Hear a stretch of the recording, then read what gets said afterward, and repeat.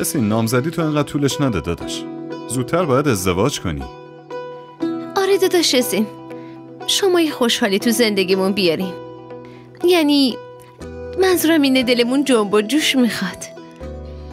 امروز که واقعا دلم گرفته است. شما یه خبر خوب بهمون بدین دیگه. واسه همین من اینجا آمدم که با شما دوتا بخوام مشورت کنم. پس مشورت کنین. کی منتون کرده؟ ببینین زن داداش، من که اینجا بزرگتری ندارم، فقط شما هستین. در واقع الان شما همه خانوادم هستین. این چه حرفیه داداش من؟ ببین شهرزاد، تو که میدونی من یه پروژه جدیدی رو شروع کردم و با اون سرم خیلی شلوغه. واسه خریدای عروسی هم من نمیرسم و برام خیلی سخته.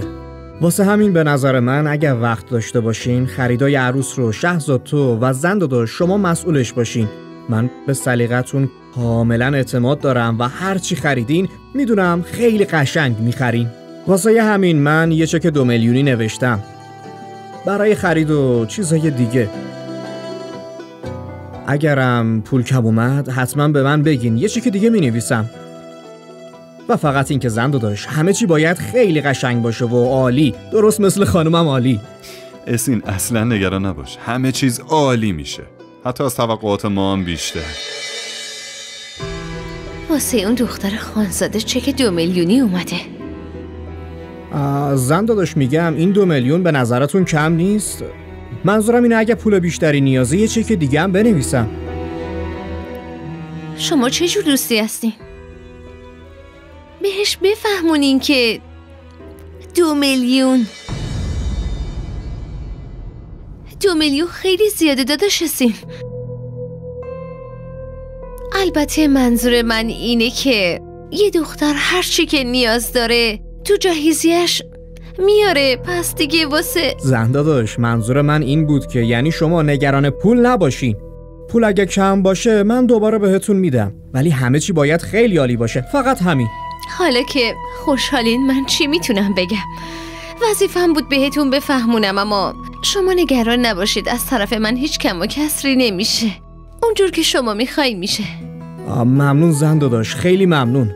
شما یه نگرانی بزرگم و دورش کردین. هم به هم میگی دوست، هم ازم تشکر میکنی. اصلا نگران نباش، همه چیز عالی میشه.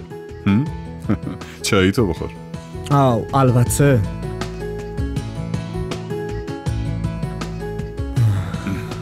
اون تاریخی هم که تعیین شده، تو اون تاریخ همه کار انجام میشه، زمان دقیق، ما یه تیمیم. خیلی هم عالی، بازم ممنون ازتون.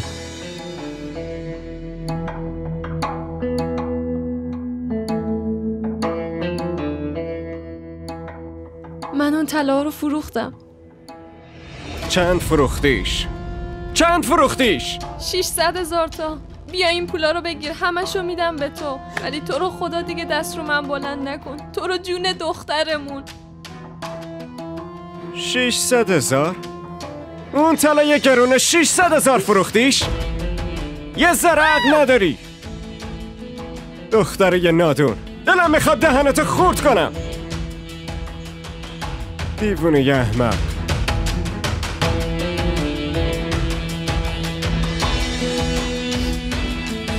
خدا کنه این حیوان بره و دیگه بر نگرده. خدایا این چه تقدیریه که من دارم، از بین این همه مرد این روانی نصیب من شد.